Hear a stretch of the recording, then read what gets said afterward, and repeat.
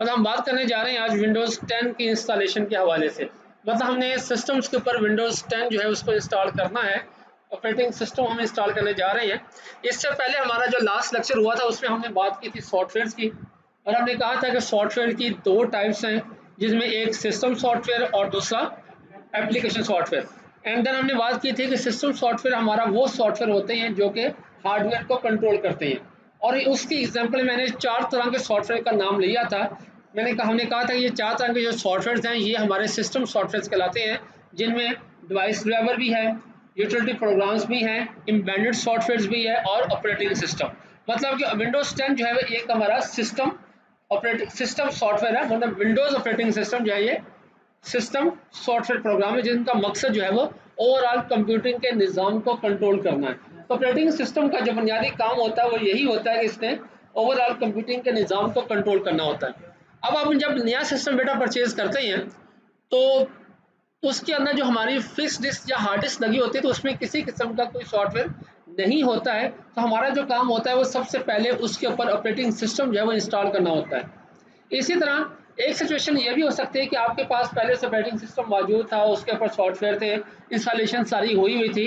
किसी भी रीज़न से हो सकता है, वायरस की वजह से या बिजली की झटकों की वजह से या किसी भी रीज़न की वजह से कोई मसला आया और ऑपरेटिंग सिस्टम जो है वो उसके अंदर कुछ प्रॉब्लम्स आ गई हैं और उस सिस्टम हमारा बूट जो है वो नहीं कर रहा। बूट से मुराद होती है सिस्टम का ऑन होना, जो चलना जो है वो उसका बूटिंग कहलाता है सारा। तो हमारा सिस्टम जो है वो चल नहीं पा रहा, मतलब उसको बूट नहीं हो रहा। तो वजूहात कुछ भी हो सकती है कि उसकी रीज़न क्या बनी है।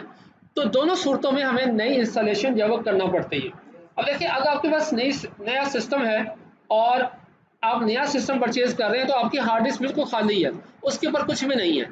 तो देन हमें क्या होता है कि हमें उसकी नए से उसकी वो फॉर्मेटिंग भी करनी है, उसकी पार्टीशंस भी क्रिएट करनी है, उसके अंदर हमें ड्राइव्स भी क्रिएट करनी है, और करने के बाद फिर हमें क्या है कि हम उसके ऊपर इंस्टॉलेशन जो है वो अपना स्टार्ट करेंगे। दूसरी सिचुएशन में क्या है कि आपके पास पहले सारा कुछ था मगर विंडोज कहीं करप्ट हो गई है, ऑपरेटिंग सिस्टम के अंदर कोई प्रॉब्लम आ गया है। तो देन उस सूरत में क्या है कि आपके पास ऑलरेडी ड्राइव्स बनी हुई हैं, सब कुछ है, आपका डाटा भी पड़ा हुआ है, तभी हमने अपना डाटा भी बचाना है। तो सेकंड सिचुएशन में क्या होता है कि डाटे को बचाना सबसे पहले हमारी अवलीन तरजीह होती है कि डाटा जो है हमारा वो डाटा लॉस ना करे। तो उस सूरत में इंस्टॉलेशन करते वक्त हम क्या करेंगे वो भी हम पास यहाँ पे डिस्कस करेंगे कि हमने क्या करना है ताकि हमारा जो डाटा है वो लॉस ना करे। तो लेट्स सी, सबसे पहले जरा हम ये देख लें कि हमारा विंडोज ऑपरेटिंग सिस्टम है क्या। विंडोज 10 विंडोज 10 जब हम विंडोज सिस्टम में इंस्टॉल करने की बात करते हैं तो सबसे पहले हमें ज़रा ये देखना पड़ेगा कि हमारे पास विंडोज 10 के कौन कौन से वर्जन जो है वो मौजूद है। जिन्हें हम ये कह सकते हैं विंडोज 10 के ये डिफरेंट फ्लेवर्स हैं। फ्लेवर्स भी कह दें, इनको वर्जन भी कह दें। जैसे हम दुकानदार से क्या कहते हैं ना, मुझे आइसक्रीम लेनी, तो दुकानदार पूछ लेता भाई कौन सी आइसक्रीम चाहिए, और वो कुल्फा चाहिए या टूटी फ्रूटी चाहिए, क्या कौन सी आइसक्रीम चाहिए। तो सेम सिचुएशन यहाँ पे ये होती है कि हमने जब विंडोज 10 इंस्टॉल करनी है या विंडोज 7 करनी है, विंडोज 8 करनी है, तो हमें सबसे पहले ये देखना होता है कि हमारे पास हमारा हार्डवेयर है क्या, कौन से ऐसा ऑपरेटिंग सिस्टम इस्तेमाल करें ताकि हमारा हार्डवेयर उसको प्रॉपर्ली सपोर्ट कर सकता हो, या हमारे पास हमारा हार्डवेयर क्या है उसका हमें नॉलेज होना चाहिए। तो ये डिफरेंट वर्जन्स मौजूद हैं विंडोज 10 के, जिनको मैं वन बाय वन आपके साथ डिस्कस कर लेता हूँ। सबसे पहले हमारे पास है जी विंडोज 10 का home version. Home 10 home is design for use in PC और टैबलेट। टैबलेट के अंदर भी इस्तेमाल हो रहा है और ये पीसी के अंदर भी इस्तेमाल हो रहा है, मगर ये लो फीचर्स के साथ होता है। ये बात याद रखिएगा बेटा, ये जो वर्जन होते हैं ना, इनमें फ़र्क होता है इसके फीचर्स का, कि फुली फीचर के साथ कौन सा ऑपरेटिंग सिस्टम है, कम फीचर के साथ कौन सा मौजूद है। जैसे विंडोज अगर हम बात करते हैं वो विंडोज 7 की, तो विंडोज 7 के अंदर सबसे लोएस्ट फीचर के साथ जो ऑपरेटिंग सिस्टम उसका आता है विंडोज, वो 7 होम वर्जन के साथ आता है। उसके अंदर विंडोज 7 वो है, मगर फीचर्स बहुत मिनिमम होते हैं, बहुत मिनिमम फीचर के साथ है। अगर आपके पास हार्डवेयर उतना नहीं है, आपका सिस्टम छोटा है या छोटे से मुराद मेरी है कि वो ड्यूल कोर सिस्टम है, हल्का सिस्टम है, तो आप ये चाह रहे हैं मैं फिर भी विंडोज 7 इस्तेमाल करना चाह रहा हूँ, तो फिर क्या करते हैं उसके ऊपर वो विंडोज 7 का होम इंस्टॉल कर लेते हैं या उसका स्टार्टर इस्तेमाल कर लेते हैं। तो वो लोएस्ट फीचर के साथ होता है ताकि आपका अगर हार्डवेयर लो फीचर के साथ है, उसकी कॉन्फ़िगरेशन ज़्यादा अच्छी नहीं है, तो फिर आप वो वाला ऑपरेटिंग सिस्टम इस्तेमाल कर लेते हैं। ठीक है ना बात। इसी तरह यहाँ पे है कि इसका होम फीचर जो है, होम वर्जन जो है ये लो फीचर के साथ होता है। फुली फीचर के साथ इसका जो वर्जन है बेटा वो प्रो है। कम फीचर के साथ जो वर्जन वो कौन सा है, होम है। और फुली फीचर के साथ अगर कोई वर्जन है तो वो कौन सा है, विंडोज 10 प्रो। यहाँ भी हम जो बेटा इस्तेमाल कर रहे हैं ना सिस्टम में, वो तकरीबन हम सभी सिस्टम के ऊपर हमारा प्रो वर्जन ही इंस्टॉल हुआ हुआ है, जिसमें हमारे पास तमाम फीचर जो है वो इसके अवेलेबल है। Include all features of professional and business. इसके अंदर आपके चाहे प्रोफेशनल यूज़ के लिए है या आप बिजनेस के हवाले से इस्तेमाल कर रहे हैं तो उसके लिए ये सारी चीज़ें इसके अंदर मौजूद होती हैं।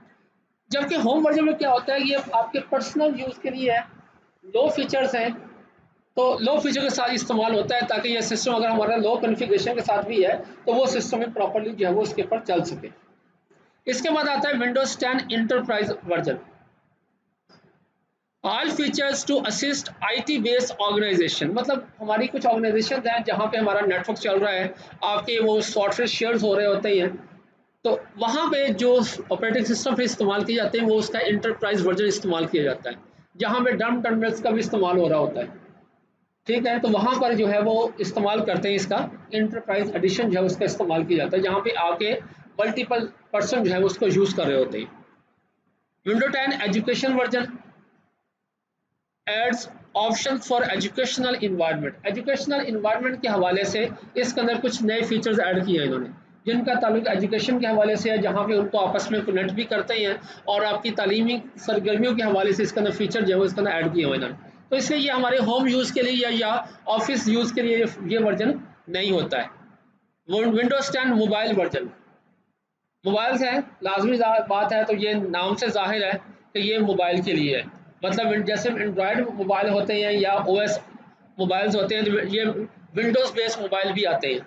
ठीक है, तो उसके ऊपर भी ऑपरेटिंग सिस्टम इस्तेमाल होता है, तो विंडो 10 उसके ऊपर भी इस्तेमाल हो सकता है। तो उसके ऊपर जो सा वर्जन इसका इस्तेमाल करते हैं वो विंडोज़ 10 मोबाइल के नाम से, कि आप उसको इसके ऊपर इंस्टॉल कर लें ताकि आपका मोबाइल जो है उसके ऊपर विंडोज़ जो है वो रन हो सके। और विंडोज़ मोबाइल इंटरप्राइज अगेन आपका अगर ऐसा सिस्टम चल रहा है जहाँ पे आपके नेटवर्क चल रहे हैं और आपके मोबाइल्स भी आपस में एक दूसरे के साथ कनेक्टेड हालत में हैं, तो फिर वहाँ पर फिर इंटरप्राइज एडिशन जो है उसका इस्तेमाल किया जाता है। तो ये विंडोज़ 10 मोबाइल और विंडोज़ 10 मोबाइल इंटरप्राइज, ये दोनों वर्जन जो है ये किसके लिए है, ये मोबाइल्स के लिए। अब घर के लिए कौन सा है जी, होम एडिशन है। अगर फुली फीचर के साथ आप यूज़ करना चाहते हैं तो कौन सा इस्तेमाल करते हैं, वो वर्जन इस्तेमाल करते हैं। और अगर आप ऐसा इन्वायरमेंट लेके जा रहे हैं जहाँ पे आपके सिस्टम आपस में कनेक्ट भी होने हैं, सॉफ्टवेयर रिसोर्सेज शेयर भी होने हैं, आपके हार्डवेयर रिसोर्सेज भी शेयर आपके होने हैं, सॉफ्टवेयर एक सॉफ्टवेयर आपने मल्टीपल सिस्टम के ऊपर चलाना है, इस अंदाज के इन्वायरमेंट चलानी है, तो फिर वहाँ पे विंडोज़ 10 का इंटरप्राइज एडिशन जो है वो इस्तेमाल होता है। तो नॉर्मली जो ज़्यादातर इस्तेमाल होता है वर्जन बेटा इसका, वो विंडोज़ 10 का प्रो वर्जन इस्तेमाल होता है, जिसके अंदर तमाम के तमाम वर्जन या फीचर जो है वो इसके अवेलेबल है। ठीक होगी बात जी। अब विंडोज 10 जब आपने इस्तेमाल करनी है या इंस्टॉल करनी है तो आपको सबसे पहले मिनिमम रिक्वायरमेंट का हार्डवेयर चाहिए। आपको ये देखना होगा कि आपका हार्डवेयर क्या है, आपके हार्डवेयर की कॉन्फ़िगरेशंस क्या हैं। तो सबसे पहले जो चीज़ हमें दरकार है वो क्या है जी, प्रोसेसर। एटलीस्ट कहते हैं कि कौन सा प्रोसेसर होना चाहिए, 1 गीगाहर्ट्ज़, एटलीस्ट 1 गीगाहर्ट्ज़ का आपके सिस्टम का प्रोसेसर होना चाहिए। अब मैं यहाँ भी आपको चीज़ एक दिखाई देता हूँ कि मेरे पास अगर मैं अपने सिस्टम की जो कॉन्फ़िगरेशन है ये आप लोगों के सामने रखूँ,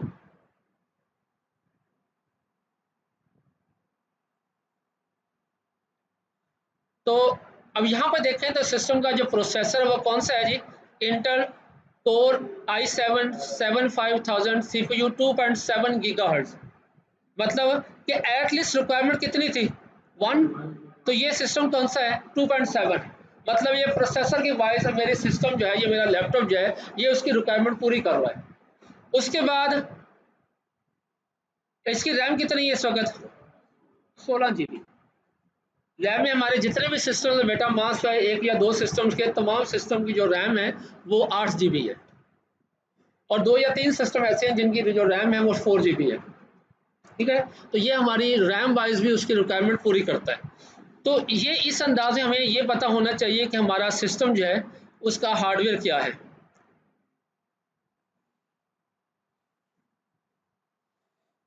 उसके बाद हार्ड डिस्क कितनी चाहिए है, एटलीस्ट हमें 16 GB की हार्ड ड्राइव जो दरकार है। किसके लिए, 32 बिट के लिए और 20 GB किसके लिए 64। तो ये दो तरह से ऑपरेटिंग सिस्टम बेटा होते हैं, 32 बिट और 16 बिट। ये 16 बिट और 32 बिट क्या होते हैं बेटा, 32 बिट और 64 बिट, 32 बिट और 64 बिट ये दो तरह से सिस्टम होते हैं। 32 बिट को बाद सिस्टम के साथ अगर जो आप देखें तो उसको 86 वर्जन भी कहा जाता है। 86 अगर लफ्ज़ लिखा हो ना तो इसका मतलब यही होता है 32 बिट्स। अब ये बिट से मुराद क्या है बेटा, तो ये बेटा हमारे प्रोसेसर की कैपेबिलिटी है कि प्रोसेसर एक वक्त के अंदर कितने बिट डाटे को प्रोसेस करने की सलाहियत रखता है, कितने बिट डाटे को प्रोसेस करने की सलाहियत रखता है। ठीक है, अगर ये आपका 32 बिट है जिसका मतलब है ये 4 करैक्टर एट ए टाइम जो है वो प्रोसेस करने की सलाहियत रखता है। अगर 64 है तो इसका क्या मतलब है, 8 character at a time process करने की सलाहियत रखता है। तो लाजिम बात है कि जो प्रोसेसर बेटा हमारा 64 बिट का है उसकी प्रोसेसिंग कैपेबिलिटी 32 बिट की निस्बत ज़्यादा फास्ट होगी। हमारे जितने भी सिस्टम बेटा वो सारे के सारे यहाँ पर वो 64 बिट के हैं। ठीक है, अब यहाँ पर जब हम आई सीरीज की बेटा जब बात करते हैं, आई सीरीज को लेके जब चलते हैं, आई सीरीज है, आई सी में i3 या i5 है या i7 है, तो यहाँ पे अगर आप 64 बिट को ही लेके चले तो ज़्यादा बेहतर होता है, क्योंकि यहाँ पे प्रोसेसर भी फास्ट काम करता है, आपका सिस्टम भी ज़्यादा फास्ट चलता है, और फिर आपको जो सॉफ्टवेयर इंस्टॉल करने होते हैं वो भी फिर आप बेटा आपको इसी हिसाब से इंस्टॉल करने पड़ेंगे 64 बिट के हिसाब से। तो 64 और बिट 32 बिट ये याद रखिएगा, इसका ताल्लुक जो है हमारे प्रोसेसर से है कि प्रोसेसर की वर्ड लेंथ या उसकी कैपेबिलिटी क्या है, तो एक वक्त के अंदर कितने बिट डाटे को प्रोसेस करने की सलाहियत रखता है। 32 बिट मीन कि वो एक वक्त में, 32 बिट मीन्स कि 4 कैरेक्टर को डाटे को एट ए टाइम प्रोसेस करने की सलाहियत है, और इसी तरह अगर 64 बिट है तो इसका मतलब है कि वो 8 कैरेक्टर को एट ए टाइम प्रोसेस करवा सकता है। तो 64 बिट प्रोसेसर जो है ज़्यादा फास्ट होता है। अगर आपका पूरा सिस्टम, आपका पूरा आर्किटेक्चर जो है वो सिस्टम का 64 बिट का है तो इसका मतलब है कि आपका सिस्टम बहुत अच्छा है, बहुत बेहतर परफॉर्मेंस का। उसके बाद नेक्स्ट देखा जाता है कि हमारी डिस्प्ले कैपेबिलिटीज़ क्या हैं, और डिस्प्ले कैपेबिलिटीज़ को जहन में रखते हुए आपने देखना है कि आपका, तो ये डिस्प्ले कैपेबिलिटी भी देखी जाती है कि आपके सिस्टम की डिस्प्ले कैपेबिलिटी क्या है। यानी और इसका हमें इतना इशू नहीं होता। ये तीन चीज़ें बेटा इंपॉर्टेंट होती हैं हार्डवेयर के हवाले से कि आपका प्रोसेसर एटलीस्ट 1 गीगाहर्ट्ज़ का होना चाहिए। सेकंड, आपके पास रैम कितनी है, अगर आपका आपका अगर आप 32 बिट बेटा ऑपरेटिंग सिस्टम इस्तेमाल करने जा रहे हैं तो फिर एटलीस्ट कम से कम आपके पास 1 GB रैम होनी चाहिए, और अगर आप 64 यूज़ करने जा रहे हैं तो फिर आपके पास 2 GB एटलीस्ट रैम जो वो होनी चाहिए। तो बेहतर यह है कि अगर आपके पास सिस्टम के ऊपर एटलीस्ट कम से कम 4 GB रैम हो तो आपका सिस्टम की परफॉर्मेंस जो है वो ज़्यादा बेहतर होगी। तो कोशिश करें अगर विंडो 10 आप यूज़ करने जा रहे हैं तो अपने सिस्टम की जो रैम है उसको एटलीस्ट कम से कम मिनिमम 4 GB तक रखें उसको। ठीक होगी बात। और उसके बाद आपकी हार्ड डिस्क जो है वो एटलीस्ट, या ये समझ लें कि आपकी जो ड्राइव है सी ड्राइव वो एटलीस्ट कम से कम 16 GB की होनी चाहिए, मगर इससे ज़्यादा होगी तो बेटा ये ज़्यादा बेहतर होगा। लेकिन जब बात आती है कि हमने जब इसकी इंस्टॉलेशन करनी है तो वो इंस्टॉलेशन किस अंदाज में होती है। अब इंस्टॉलेशन करने के दो तरीक़ाकार हैं। एक तो ये है कि हम डीवीडी या सीडी का इस्तेमाल कर लें, डीवीडी का इस्तेमाल कर लें, या दूसरा मेथड ये है कि हम यूएसबी का इस्तेमाल कर लें। तो ये दो मेथड से इंस्टॉलेशन जो है की जा सकती है। पहला मेथड कौन सा है, डीवीडी का, कि अगर आपके पास सीडी रोम मौजूद है, डीवीडी रोम आपके पास है या सुपर ड्राइव है, तो आप डीवीडी रोम या डीवीडी या सीडी का इस्तेमाल करके इंस्टॉलेशन कर सकते हैं। या अगर आपके पास ये नहीं है तो आप यूएसबी का इस्तेमाल करके भी जो है वो सिस्टम को वहाँ से भी इंस्टॉलेशन करवा सकते हैं। ठीक है, अब देखिए बेटा मैंने जैसे शुरू में जिक्र किया था तो दो तरह के हमारे पास ऑप्शंस मौजूद हैं। एक ऑप्शन है कि हमने क्लीन इंस्टॉलेशन करनी है, मतलब ये है कि मेरे पास मैंने नया सिस्टम परचेज किया है, मेरी सिस्टम के हार्ड डिस्क के ऊपर कोई चीज़ नहीं है। ठीक है, तो मेरे पास मतलब मेरे सिस्टम के ऊपर कोई भी किस्म की सिस्टम फाइल्स मौजूद नहीं है जो मेरे सिस्टम को चला सके। तो फिर क्या है कि मैं डीवीडी या यूएसबी का इस्तेमाल करके अपने सिस्टम को बूट करवाऊंगा। दूसरा ऑप्शन क्या है कि मेरे पास पहले से ऑपरेटिंग सिस्टम मौजूद है तो वो करप्ट हो गया है, वो उसका मसला आ गया है। तो अब जब मुझे इंस्टॉलेशन करनी है, मुझे दोबारा से ऑपरेटिंग सिस्टम इस्तेमाल करना है, तो मैं फिर अपने सिस्टम को अपनी हार्ड डिस्क से नहीं चलाऊंगा, मुझे कहाँ से चलाना है, या तो मैं यूएसबी से या डीवीडी से सिस्टम को बूट करवाऊंगा, सिस्टम को रन करवाऊंगा, ताकि मेरा सिस्टम वहां से चले और मैं अपने हार्ड डिस्क के ऊपर दोबारा से नई फाइल जो है उसकी कॉपी कराऊं, ताकि मेरा सिस्टम के ऊपर, मेरे सिस्टम के ऊपर ऑपरेटिंग सिस्टम फाइल जो है वो इंस्टॉल हो सके। तो मैं अज्यूम करता हूँ कि भाई हमारे पास पहले से सब कुछ भी नहीं है, हार्ड डिस्क मेरी खाली है, और मैंने करना क्या है, तो मैं अपने सिस्टम को डीवीडी से बूट करवा रहा हूँ या यूएसबी लगा लें, दोनों सूरतों में सेम काम है। सिस्टम में हमने डीवीडी डाल दी है या हमने यूएसबी लगा ली है। तो करने के बाद क्या होता है कि अगर आपके पास बेटा डेल का सिस्टम है, तो हमने जैसे मैंने अभी जिक्र किया कि मुझे ये बताना होगा कि मैंने अपने सिस्टम को हार्ड डिस्क से नहीं चलाना है, मैंने कहाँ से चलाना है, यूएसबी से चलाना है, या मैंने कहाँ से चलाना है, मैंने डीवीडी से चलाना है सिस्टम को, क्योंकि मेरी उन डिवाइस के ऊपर मेरी मेरी सिस्टम फाइल मौजूद है जो मेरे सिस्टम को रन करेंगी।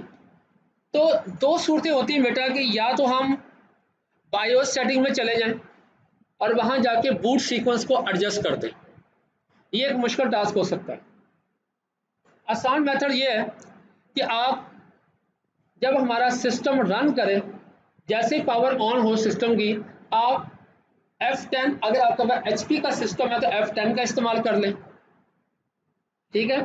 अगर आपका सिस्टम लिनोवो का है या डेल का सिस्टम है तो F12 की का इस्तेमाल कर लें। मैं दोबारा लफ्ज़ बोल देता हूँ, अगर आपका सिस्टम HP का है, लैपटॉप अगर आप इस्तेमाल कर रहे हैं, HP का लैपटॉप है, जैसे ये मेरा लैपटॉप है, तो कौन सी की इस्तेमाल करनी है, F10 का इस्तेमाल करना है, ठीक है। और अगर बल्कि F9 का इस्तेमाल कर लें उसमें, और अगर आपके पास सिस्टम मौजूद है उसका लिनोवो का है, तो फिर कौन सी की इस्तेमाल कर लें, F12 का इस्तेमाल कर लें। तो क्या होगा कि आपको स्टार्ट के ऊपर ये एक ऑप्शन नजर आएंगी, जैसे आपको डिवाइसेस दिखाएगा कि जो आपके पास जो सी भी डिवाइसेस मौजूद हैं, सिस्टम जहां से आपका सिस्टम बूट हो सकता है, वो तमाम लिस्ट आपको शो कर देगा, ठीक है। अब वहां पे अगर आपने यूएसबी लगाई हुई है तो आपको यकीनन ये स्कैन डिस्क, जैसे ये दिखाई है स्कैन डिस्क, ये यूएसबी का नाम है, ये यूएसबी शो कर रहा है। अगर आपके पास डीवीडी का इस्तेमाल करना चाहेंगे तो यहाँ पे वो डीवीडी भी शो करवा रहा होगा। आपकी जितनी बूटेबल डिवाइसेस हैं उन सब की लिस्ट आपके सामने विजिबल होगी। तो वहां से आप यूएसबी का सिलेक्ट कर लें, अगर आप यूएसबी से चलना चाह रहे हैं, या अगर आपने डीवीडी रोम से चलना है तो आप डीवीडी को सिलेक्ट कर लें, ठीक है। सिलेक्ट करने के बाद क्या करना है, इंटर की को प्रेस कर देना है। HP है तो F9 का इस्तेमाल कर लें, और लिनोवो है या डेल है तो कौन सा इस्तेमाल करनी है, F12 का इस्तेमाल करना है, ठीक है। और अगर पुराने सिस्टम है जिस तरह पहले हुआ करते थे पेंटियम वगैरह के, तो वहां पे F2 का इस्तेमाल होता था, ठीक है। उससे उससे पीछे भी चले जाएं, जहां पे वो 286 या 386 या 486 सिस्टम होते थे, तो वहां पे आल्ट कंट्रोल और डिलीट ये तीन इस्तेमाल होती थी, ठीक है। मगर हम करंट की बात करते हैं तो करंट में यहाँ पे जो हमारे जो लैपटॉप्स हैं, HP का है वो F9 इस्तेमाल होता है, डेल का है तो वो F12 का इस्तेमाल होता है, लिनोवो है तो F12 का है, और इसी तरह अगर वो तोशिबा है तो तोशिबा का है तो वो भी F12 का इस्तेमाल होता है। ये लिनोवो के डेस्कटॉप कंप्यूटर हैं तो इनके अंदर भी F12 की का ही इस्तेमाल होता है। और जैसे आप उसको अब पावर जब सिस्टम की ऑन कर लेनी है तो आपने इन की को प्रेस करना है, प्रेस करते जाएं बार बार, तो आपके सामने ऑटोमेटिकली ये लिस्ट आपके सामने आ जाएगी, और उस लिस्ट में से आपने अपनी बूट्स वाली डिवाइस को सिलेक्ट कर लेना है। अगर आपने डीवीडी से लेके चलना है तो डीवीडी को सिलेक्ट कर लो, और अगर आप यूएसबी से लेके चलना चाह रहे हैं तो यूएसबी का नाम जो है, अगर आप फॉर एग्जांपल आपकी किंगस्टन की है तो वहाँ पे उसका नाम आ रहा होगा, अगर वो स्कैन डिस्क की है तो स्कैन डिस्क का नाम नज़र आ रहा होगा, जैसे यहाँ देखें तो हमें ये स्कैन डिस्क का नाम नज़र आ रहा है। तो ये डिपेंड करता है आपकी ड्राइव की डिवाइस के ऊपर कि वो डिवाइस का नाम क्या है, वो किस कंपनी की है। उसके बाद एक मैसेज आएगा आपकी स्क्रीन के ऊपर, प्रेस एनी की टू बूट फ्रॉम CD या DVD या जो भी मैसेज यहाँ पे होगा, तो आपने क्या करना है, विद इन 5 सेकंड आप लोगों ने इस कोई भी की प्रेस कर देनी है, चाहे एंटर दबा दो, स्पेस बार दबा दो, कोई भी की प्रेस कर दो। उसके बाद पहला स्टेप क्या होगा कि ऑटोमेटिकली वो आपकी रैम के अंदर ये सिस्टम फाइल्स को लोड करना शुरू करेगा। ये कहाँ पे लोड कर रहा होगा, मेमोरी के अंदर, रैम के अंदर लोगो आएगा, और उसके बाद बेटा ये पहली स्क्रीन आपके सामने आएगी। मैं इससे पहले कि मैं आगे चलूँ, मैं आपको बात एक डिफाइन कर दूं बेटा, कंप्यूटर सॉफ्टवेयर के अंदर सबसे ज़्यादा आसान अगर कोई काम है तो बेटा वो इंस्टॉलेशन का। इंस्टॉलेशन सबसे ज़्यादा आसान चीज़ है, आसान काम है, आसान तरीकाकार है। इंस्टॉलेशन मुश्किल काम नहीं है, ये देखने में एक हवा है, प्रैक्टिकली काम करने में मुश्किल काम नहीं। एक दफ़ा आप लोग अपने हाथ से करेंगे तो कोई मुश्किल लगेगा, मगर जब दोबारा करेंगे तो बहुत आसान लगेगा। अभी आपके सामने मैं चीज़ आपको दिखाऊंगा, चंद एक क्वेश्चन है जिसके हमने आंसर देने हैं, उसके बाद सारे काम तो खुद ही होना है, ऑटोमेटिकली परफॉर्म होना है। तो पहला क्वेश्चन उसका क्या आया है कि यहाँ से हमसे पूछ रहा है कि आपकी लैंग्वेज कौन सी होगी, कीबोर्ड कौन सा होगा। तो बेटा जो बाय डिफॉल्ट चीज़ें सिलेक्ट हैं उनको सिलेक्ट रहने दें और जस्ट क्या करें, यहाँ से नेक्स्ट का बटन जो है उसको क्लिक कर देना, वाज़े। उसके बाद इंस्टॉल नाउ को क्लिक कर देना है, थोड़ा सा प्रोसेस करेगा और आपको ये वर्जन दिखा देगा। अब ये बेटा डिपेंड करता है आपके पास ओएस या हमारे पास कौन सा ऑपरेटिंग जो सोर्स है वो इस्तेमाल हो रहा है। हमारे पास जो सोर्स आप लोग हम यहाँ प्रोवाइड करेंगे वो प्रो वर्जन का है, मतलब ये स्क्रीन नहीं आएगी। हो सकता है आपके पास कोई ऐसा वर्जन आपको मिल जाए, सोर्स कहीं से मिल जाए जिसके अंदर ये वाली स्क्रीन आ जाए, ठीक है। अगर ये स्क्रीन आती है तो बेटा यहाँ पर देखें तो इस सब के आगे उसने एक लफ्ज़ लिखा हुआ है 64, मतलब ये क्या इंडिकेट कर रहा है, ये 64 बिट ऑपरेटिंग सिस्टम है। अगर 64 लिखा होगा तो कौन सा है, 64 बिट, और अगर लफ्ज़ 86 लिखा होगा इसका क्या मतलब होगा, 32 बिट का है, ठीक है। तो यहाँ से आप लोग अपनी मर्जी का वो सिलेक्ट कर लेते हैं कि आपने होम इस्तेमाल करना है या आप लोगों ने वो कौन सा वर्जन इस्तेमाल करना है। एनी वो हम यहाँ पे उसका वो लेके चलेंगे प्रो वर्जन ही। करने के सिलेक्ट करने के बाद नेक्स्ट को क्लिक करेंगे, यहाँ पे ये एक बॉक्स आपको नजर आ रहा है, चेक बॉक्स, ठीक है, इसको आपने क्लिक करना है। जैसे इसको क्लिक करेंगे ये वाला नेक्स्ट का बटन एक्टिव हो जाएगा। आपको बेटा ये जो डब्बा नजर आता है जिसके अंदर राइट का निशान लिखा जाता है, इसको कहा जाता है चेक बॉक्स। जब आप इसको चेक कर देंगे, क्लिक कर देंगे, तो क्या होगा कि ये नेक्स्ट का बटन एक्टिव हो जाएगा और आप नेक्स्ट स्क्रीन पर चले जाएंगे। वो पीछे है क्या चीज़, ये बेटा लाइसेंस है सारा इसका, कि आप इसको ये टर्म एंड कंडीशन को पढ़ लें। अगर आप एग्री करेंगे तो इंस्टॉलेशन स्टार्ट करें, नहीं एग्री करेंगे तो क्या होगा, काम नहीं होगा, वो इंस्टॉलेशन नहीं होगी। तो भाई मजबूरी है, एग्री करना पड़ेगा। उसके बाद अब देखिए यहाँ पे दो चीज़ें आ रही हैं कि आपने अपग्रेड करना है या आपने कस्टम इंस्टॉलेशन। अपग्रेड से क्या मुराद है, अब फर्ज करें आपने इंस्टॉल किया हुआ था विंडो 10 का होम वर्जन, ठीक है। आप ये चाह रहे हैं कि मेरा होम वर्जन कन्वर्ट हो जाए किसके अंदर, प्रो वर्जन में, तो मैं क्या करूँगा, यहाँ से अपग्रेड का इस्तेमाल कर दूँगा ताकि मैं अपने सिस्टम को अपग्रेड कर दूँ। और अगर आप कहते हैं नहीं भाई मैंने टोटली ही नई इंस्टॉलेशन करनी है, पिछली जो विंडोज़ की इंस्टॉलेशन हुई हुई है वो सारी मैंने ख़त्म कर दी है, तो फिर क्या करना है, हमने जो है वो कस्टम का इस्तेमाल करना है। और आप लोग भी यहाँ पे कस्टम का ही इस्तेमाल करेंगे, ठीक है। कस्टम को क्लिक करने के बाद आएंगे तो ये आपको दो ड्राइव यहाँ पे इंडिकेट दिखा रहा है। यहाँ पे ऊपर देखें तो 500 MB शो कर रहा है और नीचे आपको शो कर रहा है 25.3, ठीक है।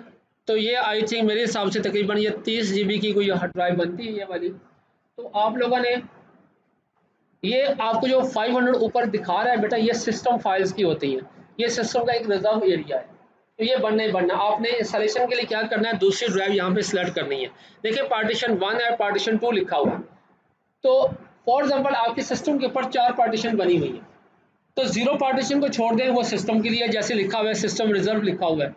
तो उसके बाद जो नेक्स्ट होगा वो कौन सा है, 1 2 3, ठीक है। तो जो 1 है वो सी ड्राइव होगी, जो 2 होगी वो डी ड्राइव होगी, और जो 3 होगी वो कौन सी ड्राइव होगी, वो ई ड्राइव होगी, ठीक होगी बात जी। तो हमने क्या करना होता है बेटा, इंस्टॉलेशन हमेशा जो की जाती है वो सी ड्राइव के ऊपर की जाती है। तो कौन सी ऑप्शन सेलेक्ट करनी है, ऑप्शन 1 को सिलेक्ट करना है, जैसे यहाँ पे सिलेक्ट किया हुआ है ड्राइव 0 का मतलब क्या है कि इसके अंदर एक ही हार्ड डिस्क लिखी हुई है और पहले उस हार्ड डिस्क का नंबर है 0, इंडेक्स नंबर 0 है। फॉर एग्जाम्पल अगर मेरे सिस्टम के अंदर 2 हार्ड डिस्क लगी हो तो एक हार्ड डिस्क का नंबर होगा 0 और दूसरी हार्ड डिस्क का नंबर होगा 1। अगर 3 हार्ड डिस्क लगी हुई हैं तो पहली हार्ड डिस्क का नंबर होगा 0, दूसरे का 1 और तीसरे का 2 होगा। अब यहाँ पे जो ड्राइव 0 दिखा रहा है इसका मतलब यह है कि इसके अंदर हार्ड डिस्क एक ही है, उस 0 नंबर के ऊपर 0 इंडेक्स की सेकंड पार्टीशन मतलब वो कौन सी है, वो सी ड्राइव है, उसके ऊपर जो है इंस्टॉलेशन होने जा रही है। वाज़ेह बात। तो ये आप जो 0 है उसको समझिएगा, अगर 2 ड्राइव लगी हुई हैं तो फिर पहली हार्ड डिस्क का नंबर होगा 0 और दूसरी हार्ड डिस्क का नंबर होगा 1 होगा। अब जैसे यहां से करने के बाद आप क्या करेंगे, नेक्स्ट को क्लिक करेंगे, वो क्या करेगा सिस्टम अपनी। अब जितने क्वेश्चन उसने करने थे बेटा वो कर लिए, अब बैठ के सिर्फ देखना है हमें क्या हो रहा है। अब वो सिस्टम फाइल्स कॉपी करेगा, सिस्टम फाइल्स कॉपी करने के बाद सिस्टम जैसे ये सारी कॉपी कर लेगा, फिनिश अप करेगा, सिस्टम हमारा एक दफ़ा रीस्टार्ट होगा। जब सिस्टम रीस्टार्ट होगा तो बेटा क्या करना है कि आपने सीडी रोम में से डीवीडी जो डाली है वो निकाल ले, या अगर आपने यूएसबी लगाई हुई है तो सिस्टम से यूएसबी रिमूव कर दें जब सिस्टम रीस्टार्ट हो, ठीक है ना। इससे पहले सिस्टम दोबारा हमारा ऑन हो जाए, ऑन होने से पहले क्या करना है आप लोगों ने यूएसबी को रिमूव कर देना है, ठीक हो बात। या अगर आपने डीवीडी डाली हुई है रोम के अंदर तो वहां से डीवीडी को रिमूव कर दें। ये नेक्स्ट कुछ प्रोसेस करेगा, करने के बाद एक दफ़ा मतलब यहाँ पे सिस्टम कॉन्फ़िगरेशन करने के बाद कुछ करेगा और सिस्टम फिर दोबारा से रीस्टार्ट होगा। करने के बाद जब दोबारा सिस्टम आएगा तो आपके पास ये पहला क्वेश्चन पूछेगा कि भाई आप किस रीजन के अंदर है, तो यहाँ से आप लोगों ने पाकिस्तान को सिलेक्ट कर लेना है। सर्च करेंगे तो लोकेशन में आपको पाकिस्तान मिल जाएगा, और अगर आप नहीं भी चेंज करना चाहेंगे तो बेटा कोई मसला नहीं, ठीक है। मगर बेहतर है यहाँ से सिलेक्ट कर लें किसको, पाकिस्तान। करने के बाद नेक्स्ट को क्लिक करें, उसके बाद आपसे कीबोर्ड का लेआउट पूछ रहा है कि आप कौन से कीबोर्ड को फॉलो करेंगे, तो बेटा हम कीबोर्ड फॉलो करते हैं यूएस का। तो यहाँ पे यूनाइटेड स्टेट देखें, नीचे लिखा होगा आप लोगों ने, ये कुछ देखें यूनाइटेड स्टेट के आगे देखेंगे लफ्ज़ लिखा हुआ डी वॉट, ये भी एक लेआउट है, हम इस्तेमाल करते हैं कवर्टी का, ठीक है ना। तो ये डी वॉट ना सिलेक्ट कर लीजिएगा, ये है ही कुछ और है। तो यूनाइटेड स्टेट सिंपल अगर लिखा हो तो वो सिलेक्ट कर लीजिएगा, यूनाइटेड किंगडम लिखा हुआ है तो ये सिलेक्ट कर लें, दोनों में कोई मसला नहीं है, ये कवर्टी को ही फॉलो करते हैं। उसके बाद आपका आता है कि यहाँ पे आपने जो है वो सिस्टम को how to like to setup for personal use, setup for organisation. अगर आप अपने पर्सनल यूज के लिए इस्तेमाल कर रहे हैं तो क्या करेंगे, हम पहली ऑप्शन को सिलेक्ट कर लेंगे, और अगर आपने ऑर्गेनाइजेशन के अंदर काम कर रहे हैं तो उस हवाले से है तो फिर बेटा ये कुछ नेटवर्किंग के हवाले से कॉन्फ़िगरेशन वो करेगा सारी, ठीक है। तो आप लोगों ने क्या करना है, पर्सनल यूज को जो है सिलेक्ट कर लेना। करने के बाद आपसे पूछेगा कि आपका यूज़र नेम क्या है, तो बेटा यहाँ पे दो तरह के यूज़र नेम इस्तेमाल होते हैं, एक होता है माइक्रोसॉफ्ट अकाउंट और एक होता है ऑफलाइन अकाउंट। तो आप लोगों ने यहाँ पे ऑफलाइन अकाउंट इस्तेमाल करते हैं, ठीक होगी बात। अगर घर में यूज़ कर रहे हैं और आपके पास इंटरनेट सर्विसेज मौजूद हैं तो फिर बेटा आप लोग कोशिश करें हमेशा माइक्रोसॉफ्ट अकाउंट इस्तेमाल करें, लॉगिन क्रिएट करें। इससे क्या होता है कि आप जैसे जैसे होता है ना मोबाइल के अंदर आप क्या करते हैं कि गूगल अकाउंट कॉन्फ़िगर कर लेते हैं, तो फिर आपको तमाम तरह उसका आपका गूगल अकाउंट भी कॉन्फ़िगर हो जाता है, आपका वो आपकी वो क्या कहते हैं उसको प्ले स्टोर भी कॉन्फ़िगर हो जाता है, आपके जीमेल अकाउंट भी कॉन्फ़िगर हो जाता है, आपकी ईमेल्स भी आ जाती हैं, तमाम तरह फीचर चल रहे होते हैं। तो जैसे ही आप यहाँ पे माइक्रोसॉफ्ट अकाउंट को लॉगिन करवाएंगे वो क्या करेगा, आपका इसके अंदर प्ले स्टोर मौजूद है, प्ले स्टोर भी चलेगा, आप वहाँ से अपनी मर्जी का सॉफ्टवेयर सेट कर सकते हैं, इंस्टॉलेशन भी करवा सकते हैं, आपका ईमेल एड्रेस भी ऑटोमेटिकली कॉन्फ़िगर हो जाएगा। इवन उसके बाद आपको जैसे कहते हैं गूगल में जी ड्राइव होती है, गूगल ड्राइव होती है, इसी तरह यहाँ भी एक वो वन ड्राइव के नाम से एक ड्राइव आती है, वन ड्राइव के नाम से एक ड्राइव है जो कि ऑटोमेटिकली कॉन्फ़िगर हो जाती है, ठीक है। इसका फ़ायदा क्या होता है कि आपका डाटा ऑटोमेटिकली जो आप डेस्कटॉप के ऊपर या डॉक्यूमेंट के फोल्डर के अंदर डाटा सेव करते हैं वो ऑटोमेटिकली उसकी कॉपी जो है वो वन ड्राइव के अंदर स्टोर रखता है। अब जैसे फ़र्ज़ करें, जैसे मैं बात कर रहा था कि आपका वो सिस्टम करप्ट हो गया है, अब वो नहीं चल रहा, इतनी ऑप्शन भी नहीं मिल रही कि आप वहाँ से डाटा एक्सेस कर सकें, ठीक है। तो फिर बेटा हमें टेंशन नहीं होती, क्या होगा, हम दोबारा से इंस्टॉलेशन करेंगे और माइक्रोसॉफ्ट अकाउंट को दोबारा लॉगिन करवा देंगे। तो जैसे ही लॉगिन होगा वो क्या करेगा कि आपका वो डाटा जो पड़ा हुआ था आपकी वो डेस्कटॉप के ऊपर पड़ा था या डॉक्यूमेंट फोल्डर के अंदर पड़ा हुआ था या डाउनलोड्स के अंदर पड़ा था, वो ऑटोमेटिकली गूगल वो वन ड्राइव से दोबारा आपके सिस्टम के अंदर उसे कॉपी कर देगा। तो आपके डाटे के लॉस होने के चांसेस जो वो नहीं होते, इसमें बहुत कम होते हैं, फिर डाटा लॉसेस के चांसेस। समझा रही बात मेरी। तो ये इसका फायदा हमें ये होता है, मतलब आपको एक वन ड्राइव अवेलेबल हो जाती है, आपका यहाँ पे इसका जो प्ले स्टोर है वो भी कॉन्फ़िगर हो जाता है, आप वहाँ से अपनी मर्जी के सॉफ्टवेयर इंस्टॉल करना चाहें तो वो भी कर सकते हैं, और आपको वो ज़्यादा सिक्योर फीचर चलता है।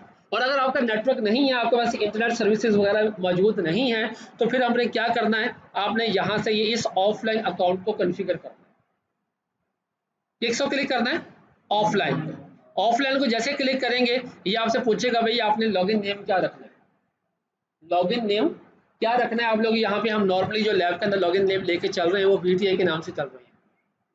वाजिब वाजिब आप लोगों ने VTI यूजर नेम देना है। और बेटा बी केयरफुल, यहाँ लैब के अंदर आप लोगों ने किसी ने भी पासवर्ड डिफाइन नहीं करना, किसी ने भी पासवर्ड नहीं देना है, सही है।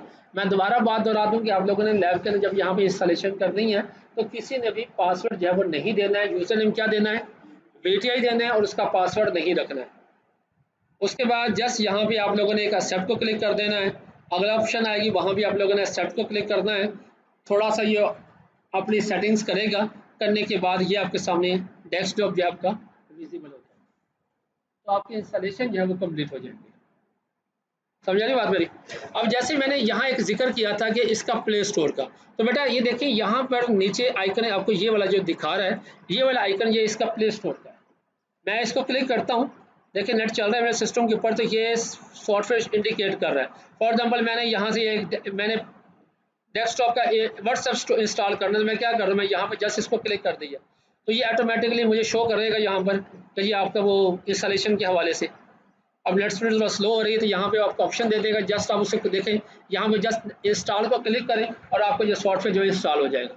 ये जस्ट ऐसे ही होता है जैसे बेटा हमारा वो मोबाइल के अंदर प्ले स्टोर होता है, ठीक है। ये फीचर आपको फुली अवेलेबल होता है जिस वक्त आपने माइक्रोसॉफ्ट अकाउंट जो है इस्तेमाल कर रहे होंगे। अगर आप माइक्रोसॉफ्ट अकाउंट इस्तेमाल नहीं कर रहे हैं तो जब भी इंस्टॉलेशन करेंगे प्ले स्टोर चलेगा, जब भी इंस्टॉलेशन करने की बारी आएगी ये आपसे ईमेल एड्रेस मांग लेगा या वेरिफिकेशन मांगेगा, ठीक है। तो ये ज़्यादा फ़ायदेमंद होता है अगर आपके पास घर में नेट सर्विस मौजूद है तो फिर आप उसको जो है वो यूज़ करें। प्लेस ये आपको तमाम तर फीचर जो है उसके अवेलेबल होते हैं। तो बेटा ये था मेरा आज का लेक्चर आप लोगों के साथ। किसी के ज़हन में कोई